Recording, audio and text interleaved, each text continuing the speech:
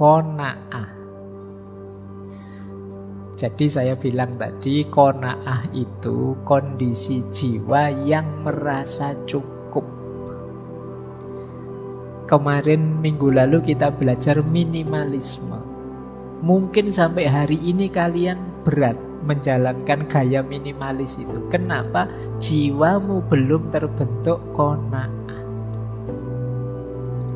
Qanaah itu, Pak, saya itu baju 3 sudah cukup kok, Pak. Yang lain-lain bisa saya sedekahkan. Ini nanti kamu qanaah. Saya gaji sekian 1 bulan cukup kok, Pak. Nah, ini namanya qanaah. Itu saya bawa 2 hadis dari Rasulullah. Yang pertama, al-qanaatu kanzun la yafna.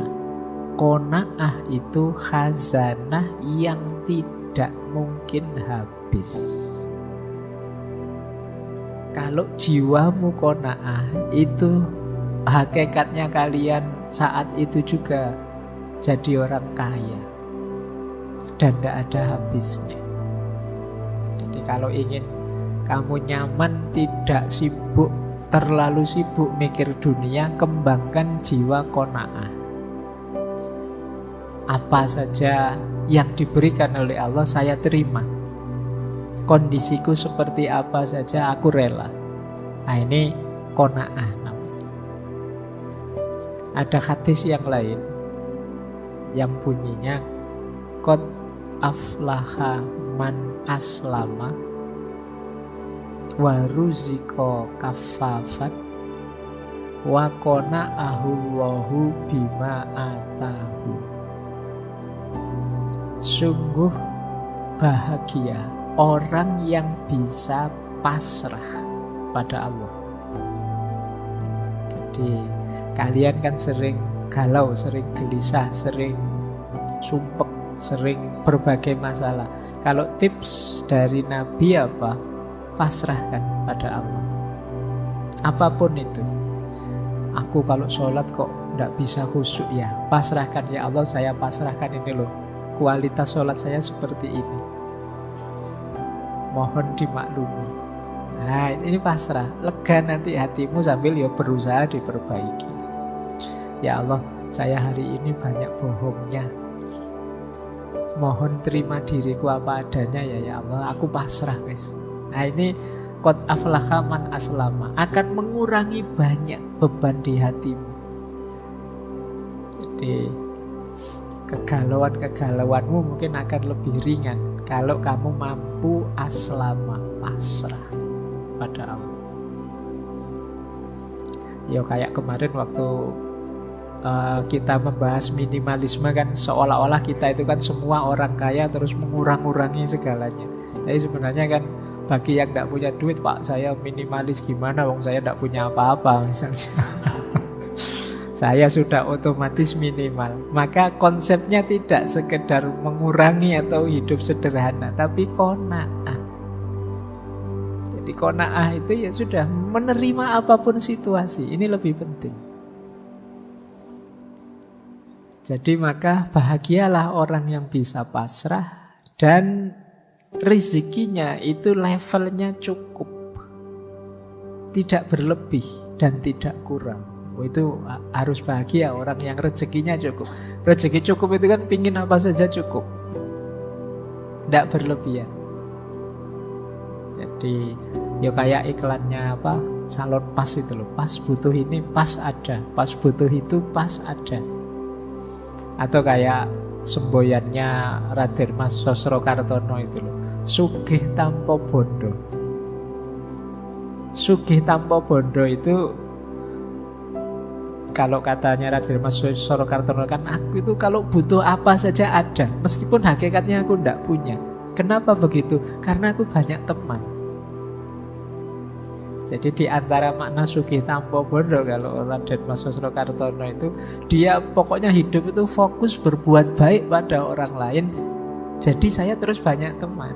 Kalau saya banyak teman, butuh apa saja kadang-kadang datang sendiri meskipun aku tidak punya. Ini namanya sugih tanpa bondo. Beliau kan buka pengobatan di Bandung itu nolong banyak orang. Prinsipnya kan kantong bolong. Pokoknya aku punya apa saja tak bagi ke orang lain. Akhirnya temennya banyak di mana-mana. Di rumah ndak ada apa-apa, tapi pas butuh apa saja ada. Tiba-tiba kok pengen makan enak, tiba-tiba ada temen datang, yuk makan yuk tak traktir. Ini kamu tergolong orang yang kaya berarti. Butuh apa-apa cukup. Nah, itu kalau bahasa hadis ini waruziko kafafat, diberi rezeki yang cukup. Apapun itu rezeki, mungkin dalam bentuk harta, benda, nilai, mungkin kuliah itu. Nilaimu berapa? Cukup, Pak. Ya kan enggak apa-apa, yang penting lulus kan, nilainya cukup. Daripada yang awak enggak lulus-lulus, saya cukup saja, nang cepet lulus, nang selesai. Oke ya, itu waruziko kafafan. Terus wa qana'ahullahu mimma atahu. Allah menakdir batinmu qanaah terhadap apapun yang diberikan oleh Allah. Jadi Allah membuat kita qanaah, itu sudah cukup sudah. Jadi alternatifnya kan dua, ya Allah penuhi semua kebutuhanku atau buatlah aku merasa cukup dengan apapun pemberianmu. Nah, qana'ahu itu ya yang kedua ini, ya Allah buatlah aku merasa cukup dengan apapun yang engkau berikan padaku. Rasa cukup ini namanya qana'ah. Baik, kita lanjutkan. Nah, ini prosedurnya, ini saya ambil banyak malam hari ini dari Imam Ghazali ya. Prosedur jiwa yang cukup itu diawali dengan ridho, dilanjutkan ikhtiar, usaha, terus sambil berdoa dan sabar istiqomah, dipungkasi dengan tawakal. Tawakal itu pasrah pada Tuhan tadi. Jadi perhatikan proses 5 itu. Yang pertama ridho. Ridho itu kamu menerima kondisimu sekarang apa adanya. Itu namanya ridho. Saya ridho ya Allah, tinggi saya cuma 150, tidak apa-apa. Atau yang saya ridho ya Allah, tinggi saya banget ya Allah 180, saya itu kesulitan. Kalau masuk rumahnya kos-kosannya teman harus menunduk misalnya. Kita ridhoi apapun pemberiannya Allah. Nah, kalau sudah, ya jangan diam saja. Ya kita tetap ikhtiar. Ingin memperoleh apa yang kita butuhkan, usaha. Jadi qanaah bukan berarti pasif. Diam saja, ya diupayakan. Biar tadi nilainya tidak cuma cukup saja, jadi naik, jadi baik, ya kan kamu harus belajar. Nah, usaha harus kamu tambah doa biar tidak sombong. Jangan merasa, saya bisa ini Pak, ini tanpa doa saya yakin sukses ini. Nah, kita manusia itu tidak ada satupun yang bisa dan berani memastikan bahwa usaha kita pasti buahnya, hasilnya sesuai yang kita inginkan. Jadi hidup ini tidak seeksak itu. Disitulah gunanya doa. Kalau saya sih tenang saja Pak. Saya itu kalau berkaca itu saya tahu saya itu gantengnya luar biasa. Jadi pastilah saya dapat jodoh, nanti jodoh saya mesti cantik misalnya. Nggak, jangan dikira. Hidup tidak seeksak itu. Tidak sepasti itu. Di situ gunanya doa. Orang tua saya kaya Pak, tidak khawatir saya kalau masa depan saya tidak kerja pun sampai 7 turunan aman misalnya. Tapi jangan dikira. Tadi saya dapat berita di Lebanon itu baru krisis yang orang tidak bisa narik uangnya di bank. Betapa ngerinya kan, kalian uangnya sebagian besar kan di bank. Orang yang tadi bilang kaya raya sampai 7 turunan uangnya di bank. Begitu negara kacau, krisis, kolaps, uangnya tidak bisa diambil. Ya miskin berjamaah kan akhirnya. Jadi maka ikhtiar harus plus doa. Tidak boleh sombong, tidak boleh merasa bisa, dan sabar. Saya kasih garis miring istiqomah. Istiqomah itu segala sesuatu yang kita inginkan berbuah itu perlu proses. Yang ini perlu kesabaran kita mengikuti prosesnya. Jadi orang qanaah itu ya tidak hanya diam saja, ya usaha, ya berdoa, plus sabar mengikuti step-step prosesnya.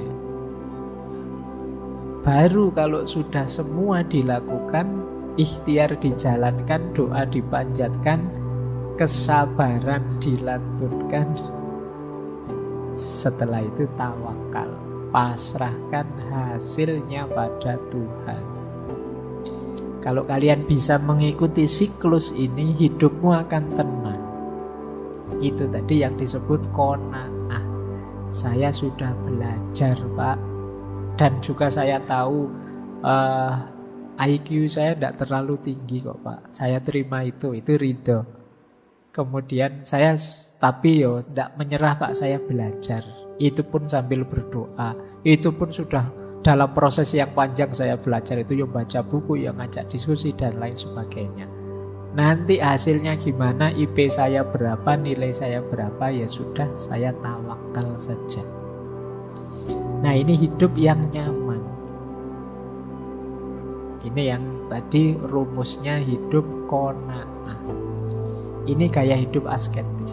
Gaya hidup menerima apa yang kita miliki, apa yang terjadi dalam hidupku. Saya lanjutkan. Nah, kalau ini manfaatnya. Kenapa sih saya harus qanaah, merasa cukup? Yang pertama, rasamu qanaah itu secara tidak sadar menghadirkan Tuhan, menghadirkan Allah dalam hidupmu. Jadi qanaah itu kan merasa bahwa ya Allah, aku terima pemberianmu berapapun, seperti apapun. Loh, ini kan ada kesadaran ilahiyah dalam hidup. Kemarin-kemarin kan kita sering merasa gimana ya caranya saya bisa sadar secara kontinu terus-menerus bahwa hidup ini diawasi Tuhan, hidup ini dekat dengan Tuhan terus. Nah, jiwa yang qanaah itu jiwa yang selalu nyambung dengan Tuhan. Karena ya Allah, aku siap menerima apapun pemberian. Jadi memperkuat hadirnya Tuhan dalam hidup kita. Apalagi kemudian ketika kita qanaah, itu yang kedua, memudahkan kita untuk bersyukur. Jadi ketika kita terima kan terus kita syukuri apapun pemberiannya Allah, tambah mudah bersyukur. Hari ini kan banyak orang yang gaya hidupnya pengeluh, penyambat. Apa penyambat itu? Suka sambat. Apa saja dikeluhkan karena cara berpikirnya serba negatif. Jadi diajak ngaji ke masjid, wah khawatir saya jangan-jangan nanti ngantuk. Malah cuma mikirnya selalu bagian ndak enak itu. Jadi diajak apa saja melihat sudut negatifnya. Mau diajak ke kafe aja, wah janganlah di kafe, banyak maksiatnya nanti. Ayah, nanti diajak ke masjid alasannya ngantuk, diajak ke kafe alasannya maksiat, nanti diajak apa saja alasan, terus pokoknya nyari sisi jeleknya. Kuliah pagi mengeluh, wah kuliah kok pagi-pagi Pak, belum bangun. Nanti kuliah siang, Pak panas-panas gini Pak, suruh mikir. Kuliah sore ya, Pak kampusnya mau tutup Pak, Bapak tidak berhenti-berhenti. Lah terus kapan kuliah yang enak itu? Pagi kamu sambat, siang kamu sambat, sore sambat. Oke ya. Berarti kamu kurang qanaah. Ayo qanaah biar bisa bersyukur. Alhamdulillah Pak, kuliahnya pagi. Saya bisa terbantu, bisa bangun pagi. Alhamdulillah Pak, jadwalnya siang. Saya tidak harus ke susu-susu. Ini pagi-pagi masih bisa aktivitas macam-macam. Alhamdulillah Pak, kuliahnya sore, tidak terlalu panas, juga tidak pagi-pagi, santai sambil menikmati sore misalnya. Apa saja bisa kita syukuri, apa saja bisa kita keluhkan. Maka ayo latihan qanaah biar mudah bersyukur. Oke ya, ini rumus hidup. Orang bahagia itu sebenarnya orang yang bersyukur, itu saja. Bahkan kalau di Al-Quran kan malah kita diiming-imingi la in syakartum la azidannakum. Kalau engkau bersyukur, aku tambah. Ini sebenarnya sangat logis. Kalau kita ngasih orangnya seneng terus, terima kasih ya, yang diberi kemarin itu saya menikmati sekali. Itu kan kita pingin memberi lagi, biar dia tambah senang. Tapi kalau kita dikasih tapi diam saja, ndak terima kasih, ndak. Itu kan kita yang ngasih, ini seneng ndak ya, jangan-jangan ndak cocok, jangan-jangan ndak suka. Kita mikir kalau mau ngasih lagi kan. Wong dia merengut terus itu, ndak ada senyum-senyumnya, jangan-jangan ndak seneng saya beri ini. Ya sudah, ndak tak beri lagi. Nah, kalau orang yang bersyukur, seneng kan kita melihatnya. Yowis, gampang, nanti saya tambah. Berarti kamu seneng saya beri ini. Itu kalau bahasa Al-Quran kan tadi, kalau engkau bersyukur aku tambah. Yang ketiga, hidup yang lebih baik, hidup yang lebih enak, hidup yang lebih nyaman, hayat yang thayyibah. Sering saya bilang, hidup itu kalau ingin bahagia kita harus kenal batas. Nah, qanaah itu melatih kita tidak berlebihan.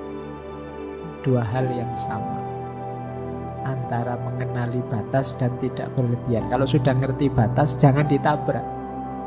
Kalau kalian lampaui batas itu, yang semula membahagiakan bisa menyusahkan.